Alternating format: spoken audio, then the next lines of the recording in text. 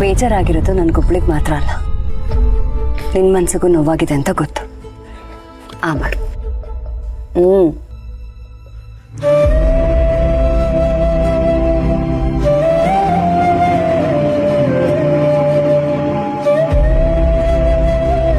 ನೀವು ಈ ಶ್ರೀಮಂತಿಕೆ ದೊಡ್ಡಸ್ತಿಕೆ ಬಿಡೋ ತನಕ ಒಳ್ಳೆತನ ಇದ್ದರೂ ನನ್ನ ಕಣ್ಣಿಗೆ ಕೆಟ್ಟವರಾಗೆ ಕಾಣಿಸ್ತೀವಿ.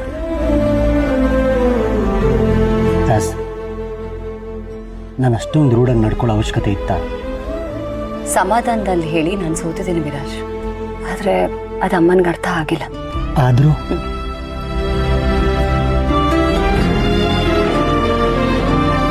ನೋಡು ವಿರಾಜ್, ನನ್ನ ಜೀವನದಲ್ಲಿ ಪ್ರೀತಿನ ದೂರ ಮಾಡಿದ್ಮೇಲೆ ನಾನು ಪ್ರತಿಭಟನೆ ಮಾಡೋದಕ್ಕೆ ಶುರು ಮಾಡಿದೆ.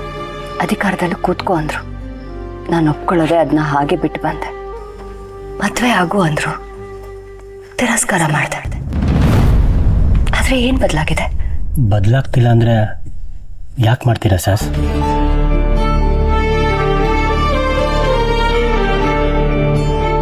ಮೊದಲೇ ಇದನ್ನು ಮಾಡಬೇಕಿತ್ತು ಅನ್ನೋ ಪಶ್ಚಾತ್ತಾಪಕ್ಕೆ ನಾನು ಕಟ್ಕೊಳಕ್ಕೆ ಹೊರಟಿರೋ ಜೀವನನ ಅಮ್ಮ ಹಾಳು ಮಾಡಿದ್ರು. ಅವ್ರು ಕಟ್ಕೊಡೋ ಜೀವನನ ಒಪ್ಕೋಬಾರ್ದು ಅನ್ನೋ ಹಠಕ್ಕೆ ಹಿಂದೆ ಹೋಗೋದಷ್ಟು ಮುಂದೆ ಬಂದಿದ್ದೇನೆ.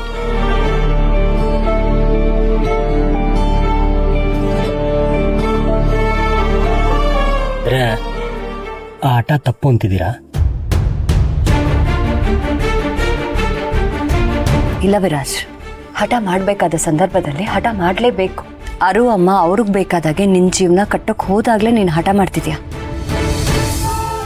ಇಂಡೈರೆಕ್ಟ್ ಆಗಿ ನನಗೆ ದೊಡ್ಡಸ್ತಿಕೆ ಇದೆ ಅಂತ ಹೇಳ್ತಾ ಇದೆಯಾ? ಡೈರೆಕ್ಟಾಗಿ ಹೇಳ್ತೀನಿ ನಮ್ಮಮ್ಮ. ಈ ಹಠ ಒಳ್ಳೇದೇ ವಿರಾಜ್, ಇದನ್ನ ಬಿಡಬೇಡ. ತಡ ಮಾಡಿದ್ರೆ ನಿನ್ನ ಜೀವನನೂ ನನ್ನ ಹಾಗೆ ಆಗುತ್ತೆ.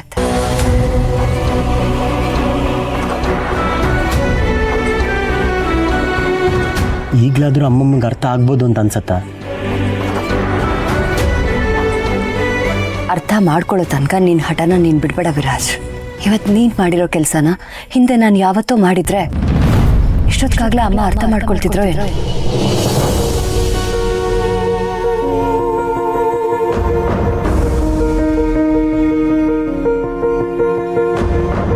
ನಾನು ತಪ್ಪು ಮಾಡಿದೆ ವಿರಾಜ್, ಆದರೆ ನೀನು ಸರಿ ಮಾಡ್ತಿದ್ಯಾ. ನಿನ್ನ ನೋಡಿದ್ರೆ ನನಗೆ ಹೆಮ್ಮೆ ಆಗ್ತದೆ.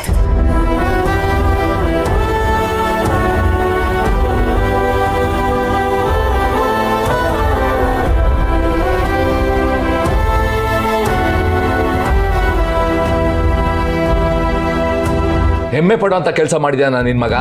ಇಲ್ಲ, ಕಣ್ಣೀರ್ ಹಾಕ್ಸೋ ಕೆಲಸ ಮಾಡಿದಾನೆ. ರೀ, ಕೋಪ ಮಾಡ್ಕೋಬೇಡಿ, ಸಮಾಧಾನ ಮಾಡ್ಕೊಳ್ಳಿ. ಕೋಪ ಮಾಡ್ಕೊಳ್ದೆ ಹೇಗಿರ್ಲಿ ವೈಜು? ನಮ್ಮಮ್ಮ ಕಣ್ಣೀರ್ ಹಾಕಿದ್ ನಾನು ನೋಡಿದ್ದು 2 ಸಲ. ಮೊದಲನೇ ಸಲ ಶಾಶ್ವತಿ ಕಾರಣ ಆಗಿದ್ಲು, ಈಗ ನಿನ್ ಮಗ. ಅದೇ ರೀ, ಶಾಶ್ವತಿ ವಿಚಾರದಲ್ಲ ತಪ್ಪು ಮತ್ತೆ ಆಗ್ಬಾರ್ದು ಅಂತ ವಿರಾಜ್ ಮಾತಾಡಿದಾನಷ್ಟೇ. ಏನ್ ತಪ್ಪು? ಏನ್ ತಪ್ಪು? ಸ್ಟೇಟಸ್ಗೆ ತಗ್ನಾಗ ನಡ್ಕೊಳ್ಳಿ ಅಂತ ಹೇಳಿದ್ದು ತಪ್ಪ? ಸರಿಯಾದ ದಾರಿಲಿ ನಡಿಬೇಕಾದ್ರೆ ಸ್ಟೇಟಸ್ ಅಡ್ಡ ಬರಬಾರ್ದು ಅಂತ ಹೇಳ್ತಿದ್ದಾನೆ. ಯಾವ್ದು ಸರಿಯಾದ ದಾರಿ? ಅಮ್ಮನ ಧಿಕ್ಕಾರ ಮಾಡಿ ಹೋದ್ರೆ ಆ ದಾರಿ ಸರಿನಾ?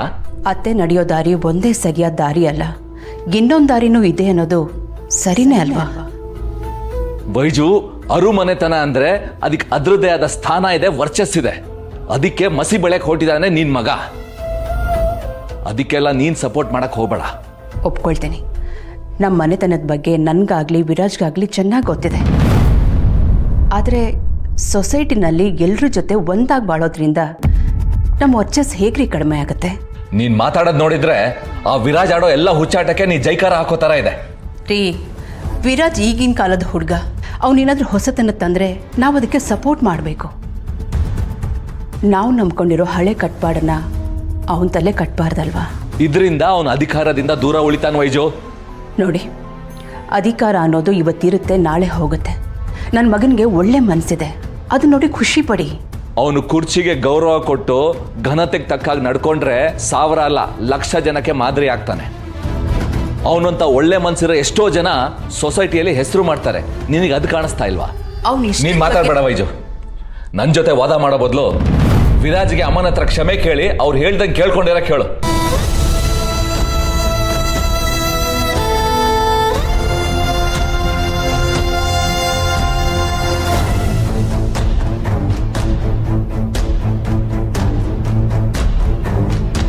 ತಪ್ಪು ಮಾಡ್ತಿರೋ ಮಗನಿಗೆ ಬೈದು ಬುದ್ಧಿ ಹೇಳ್ಬೋದು ರೀ, ಆದ್ರೆ ಸರಿ ದಾರಿಯಲ್ಲಿ ನಡೀತಿರೋ ಮಗನಿಗೆ ತಪ್ಪು ಮಾಡ್ತಿದ್ಯಾ ಅಂತ ಹೇಳಿ ಬೆಟ್ ತೋರ್ಸಕ್ಕಾಗಲ್ಲ.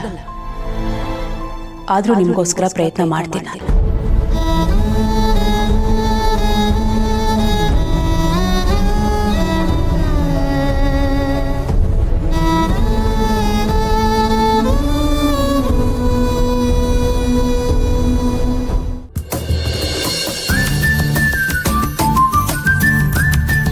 ಹಾಂ, ಸರಿ ಹೋಯ್ತು.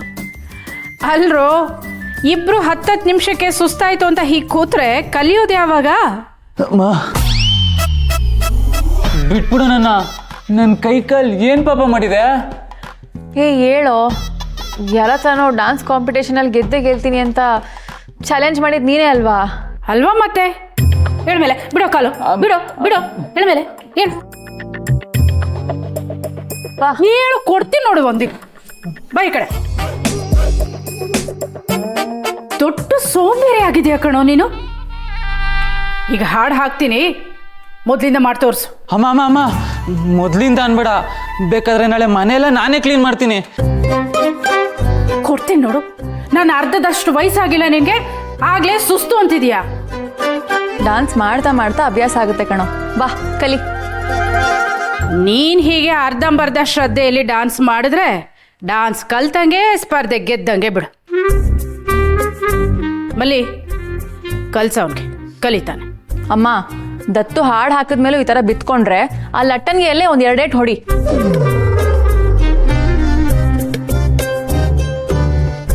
ಅಕ್ಕ, ಫೋನ್ ರಿಂಗ್ ಆಗ್ತಿದೆ, ಮಾತಾಡು.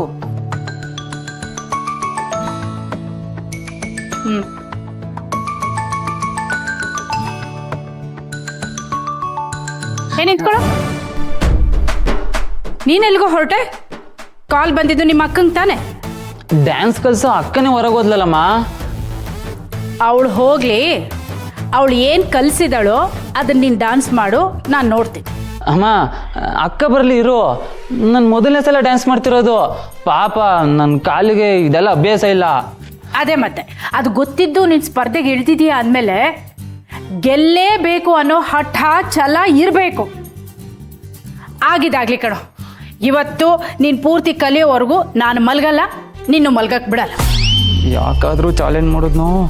ಲೇ ರಿಚ್ ಕೋತಿ, ನಿಂಗಿದೆ ಕಣೆ. ಏನೋ ಗುಣಗ್ತಿದ್ಯಾ? ಏನು ಹಾಕ್ ಹೆಜ್ಜೆ.